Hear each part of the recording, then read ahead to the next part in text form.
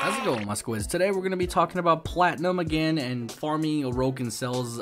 It's not really about farming Orokin cells, it's more or less the results of your spending in Warframe. So this is going to be specifically focused on resource boosters and just boosters in general. Do they help? Of course they do. You know, any big player or any player that's at least master rank 5 will probably tell you if they've spent any money.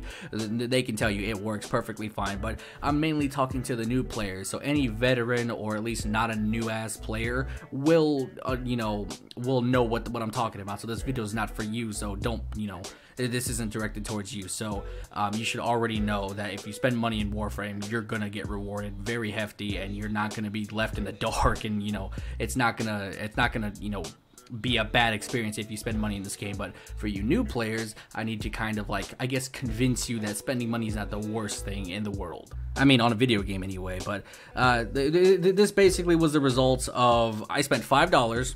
I only needed to because I already had an extra 5 plat to equal 80 plat. So if you spend $5 on Warframe for platinum, you'll get 75. And if you're able to receive another 5 platinum from selling a prime part or a prime weapon, whatever it is you guys are selling, you guys can get 2 things. You can get a resource chance drop, and then you can also get a like a double loot drop, pretty much, or increased resource drop rate or whatever the fuck. So essentially you're getting double the loot. So if you want to farm Orokin cells, chances are you can get anywhere from 2 to 4, sometimes 8. I've gotten 8 before. It's pretty nuts. So essentially what this video is I'm showcasing 20 minutes of just, the only parts I cut out was the intermission between missions and whatnot. So whenever I'm flying back to the ship and whatnot, I just cut that out. But for the most part, I only did 3 runs, and at the end of those 3 runs, I walked away with about 29 Orokin cells, and that's something that you probably should contemplate, just because, one, you don't have to spend $5. First of all, you can easily make 80 platinum in game with just farming, so you don't even have to spend money. So this is, I guess, somewhat of a guide on how to spend your platinum if you need resources. If you need resources, get the double resource booster, and you guys will be able to literally farm anything that you need.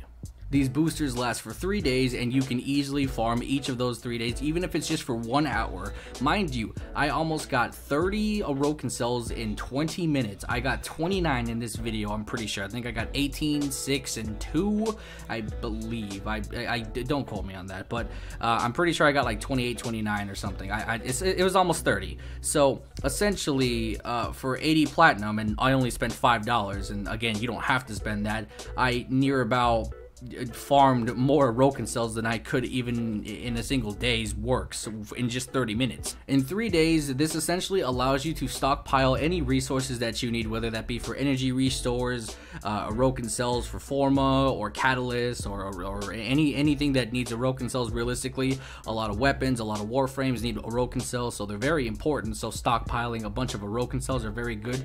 And in 3 days, if you play at least for 1 hour a day, I can guarantee you in 1 hour you can literally hit 100 Orokin cells. It's that easy with the double boosters. So even for those of you that are casual players, we'll be able to actually work this method a bit more easily, just because if you have to go to work, you come home, an hour, you got an hour of time to yourself, whether that be, you shower up and you're about ready to get to bed, you just, play a quick round of Warframe just for about an hour, and then boom, in that hour, if you're focusing on farming whatever your materials, I guarantee you within that hour, you will already be satisfied with the outcome because of the resource boosters. So no matter what, putting your platinum towards resources is something that you probably should do. In the gameplay in the background, you guys will see all the Orokin cells I'm picking up and whatnot, and essentially what you want to do is farm Lieutenant Lich Krill, Captain Vor, and my personal opinion, that is the hands down best place for Orokin cells, especially when it comes to this method.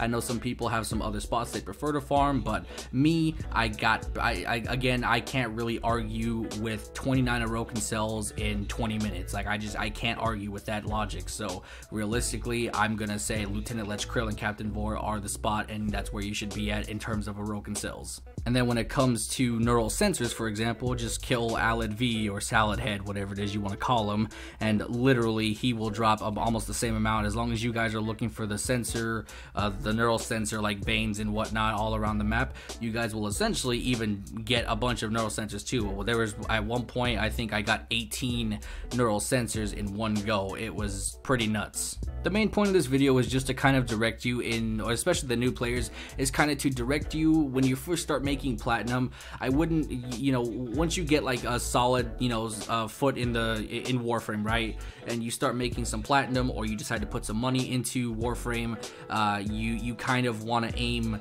where your platinum is going to go, because you may spend $10, $20, or even $200 in Warframe. It's kind of, you know, your preference. But no matter what it is, the idea of, you know, putting money into it or platinum into anything, you have to think about what do you want to go for. Ultimately, Warframe's end game is all about mastery rank. That's where the better weapons are at, that's where the better quests are at, and just rewards in general are at. So essentially, you're gonna want to have to, you know, put all your time and effort into mastery rank, and to get mastery rank you need weapons, warframes, arc wings, so on and so forth, and just everything to level up. So no matter what, you need resources regardless. So my advice to you when it comes to using platinum, I would highly recommend that you at least get a decent weapon, put an Orokin catalyst into your primary, your secondary, and your melee weapon, and your warframe. Of course, not a catalyst in your warframe, but it's a reactor. And essentially, once you get those down and you have your solid weapons for when you need to do the sortie, or when you need to do Ostron standings or anything like that, you have your weapons that are your go-to weapons. But you also need to worry about being able to level up other things so you can get that mastery rank, so you can unlock bigger and better weapons, which I'll be going over a weapons guide here soon, so that way you guys can know what you guys are looking for, and when you should go for it, and kind of what weapons are worth your money and your platinum. Once you get all that stuff out of the way in terms of like putting your catalysts and reactors and getting your solid weapons and whatnot, now you want to move on to crafting other weapons that are either garbage or warframes that you don't care about, like, you know, just whatever it is you want to do. Say you don't like Warframe, say you don't like Oberon or Oberon Prime, or not Prime, keep Oberon Prime, but say you don't like Oberon. He's pretty self-explanatory. You get him literally from doing anything in the game. So essentially, you don't like him, you don't want to play him, you don't like how he looks. You build him, level him up, throw him away, onto the next Warframe you don't care about. This is how you essentially want to level up your mastery rank, is you want to basically have one Warframe slot that you don't give a shit about. You basically will sell all your Warframes that you don't want and you don't care. You level them up, throw them away, level them up, throw them away, level them up, throw them away. And then this is when you want to start thinking about what Warframes you really want, and that's when you wait and level them up later, so that way you keep them around.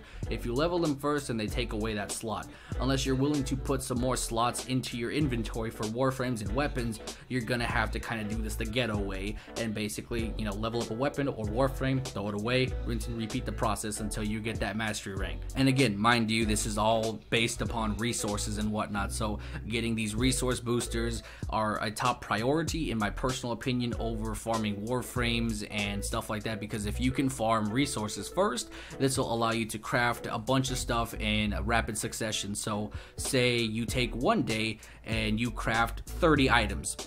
In 24 hours, you will have 30 items to go through, and if you have an XP booster or an affinity booster, you can level all 30 of those weapons on Hydron in the simple way.